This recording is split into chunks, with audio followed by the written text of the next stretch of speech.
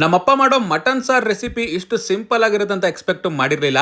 ಎಣ್ಣೆ ಹಾಕ್ದಿರನೆ ಈ ಮಟನ್ ಸಾರ್ನ ಹೇಗ್ ಪ್ರಿಪೇರ್ ಮಾಡೋದು ಅಂತ ತೋರಿಸ್ಕೊಟ್ಟಿದ್ದಾರೆ. ಬಿಸಿ ಬಿಸಿ ಮುದ್ದೆ ಆದ್ರೂ ಸರಿ, ಇಡ್ಲಿ ಆದ್ರೂ ಸರಿ, ತಿನ್ನೋದಕ್ಕಂತೂ ಬೊಂಬಾಟಾಗಿರುತ್ತೆ. ಇದೇ ನೋಡಿ ಮಸಾಲೆನ ರುಬ್ಕೊಳ್ಳೋದಕ್ಕೆ ಬೇಕಾಗಿರ್ತಕ್ಕಂಥ ಐಟಮ್ಸ್.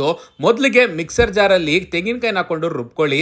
ಅದಾದ್ಮೇಲೆ ಕಾದ ಬಾಣ್ಲಿಗೆ ಸ್ವಲ್ಪ ಎಣ್ಣೆ ಹಾಕ್ಬಿಟ್ಟು ಶುಂಠಿ, ಬೆಳ್ಳುಳ್ಳಿ, ಈರುಳ್ಳಿ, ಚಕ್ಕೆ, ಲವಂಗ, ಮೆಣಸು, ಒಣಮೆಣಸಿನಕಾಯಿ ಎಲ್ಲಾನು ಚೆನ್ನಾಗಿ ಫ್ರೈ ಮಾಡ್ಕೊಬೇಕು. ಆದ್ಮೇಲೆ ಮಿಕ್ಸಿಗೆ ಹಾಕೊಂಡು ರುಬ್ಕೊಬೇಕು. ಆಮೇಲೆ ಮನೇಲೆ ಮಾಡಿರ್ತಕ್ಕಂಥ ಧನಿಯಾ ಪುಡಿ ಹಾಕ್ಬಿಟ್ಟು ಚೆನ್ನಾಗಿ ಮಿಕ್ಸ್ ಮಾಡ್ಕೊಳ್ಳಿ. ಮಟನ್ ಅಲ್ಲಿ ಆಲ್ರೆಡಿ ಕೊಬ್ಬಿರುತ್ತಂತ ನಮ್ಮಪ್ಪ ಎಣ್ಣೆ ಹಾಕಕ್ಕೆ ಹೋಗಲ್ಲ. ಫ್ರೈ ಮಾಡ್ಕೊಳ್ಳೋವಾಗ್ಲೇ ಮಟನ್ ಎಲ್ಲ ನೀರ್ ಬಿಡುತ್ತೆ. ಆ ಟೈಮ್ ಅಲ್ಲಿ ನೀವು ಮಸಾಲೆ ಹಾಕೊಂಡು ಹಸಿ ವಾಸನೆ ಹೋಗೋ ತನಕ ಚೆನ್ನಾಗಿ ಫ್ರೈ ಮಾಡ್ಕೊಬೇಕಾಗುತ್ತೆ. ಮಿಕ್ಸಿ ಜಾರ್ ಅಲ್ಲಿ ಏನ್ ರುಬ್ಬಿರ್ತೀವೋ ಅದ್ರಲ್ಲಿರೋ ನೀರ್ ಹಾಕಿದ್ರೇನೆ ಸಾಕು, ತುಂಬಾ ನೀರೆಲ್ಲ ಹಾಕಕ್ ಹೋಗ್ಬೇಡಿ. ಆಮೇಲೆ ರುಚಿಗೆ ತಕ್ಕಷ್ಟು ಉಪ್ಪನ್ನ ಆಡ್ ಮಾಡ್ಕೊಂಡು ಚೆನ್ನಾಗಿ ಕಲ್ಸ್ಕೊಳ್ಳಿ. ನಮ್ಮನೆ ಹತ್ರ ಅಂತೂ ವಾರಕ್ಕೊಂದ್ಸರಿ ಗುಡ್ಡೆ ಮಾಂಸ ಕುಯ್ತಾ ಇರ್ತಾರೆ.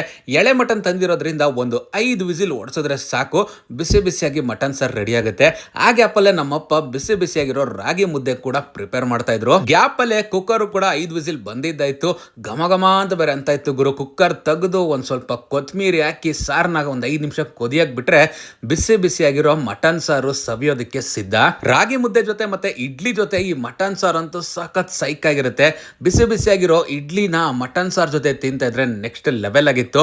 ಇನ್ನು ಮುದ್ದೆ ಇಷ್ಟಪಡೋರು ಮುದ್ದೆ ಜೊತೆ ಈ ಮಟನ್ ಸಾರ್ನ ಟ್ರೈ ಮಾಡಿ, ತುಂಬಾನೇ ಚೆನ್ನಾಗಿರುತ್ತೆ. ಪೀಸ್ಗಳು ಕೂಡ ಸಖತ್ತಾಗಿ ಬಂದಿದ್ವು. ನೀವು ಅಷ್ಟೇ ಈ ರೆಸಿಪಿನ ಟ್ರೈ ಮಾಡಿ, ಕಮೆಂಟ್ ಅಲ್ಲಿ ತಿಳಿಸಿ ಹೇಗಿತ್ತು ಅಂತ. Thank you.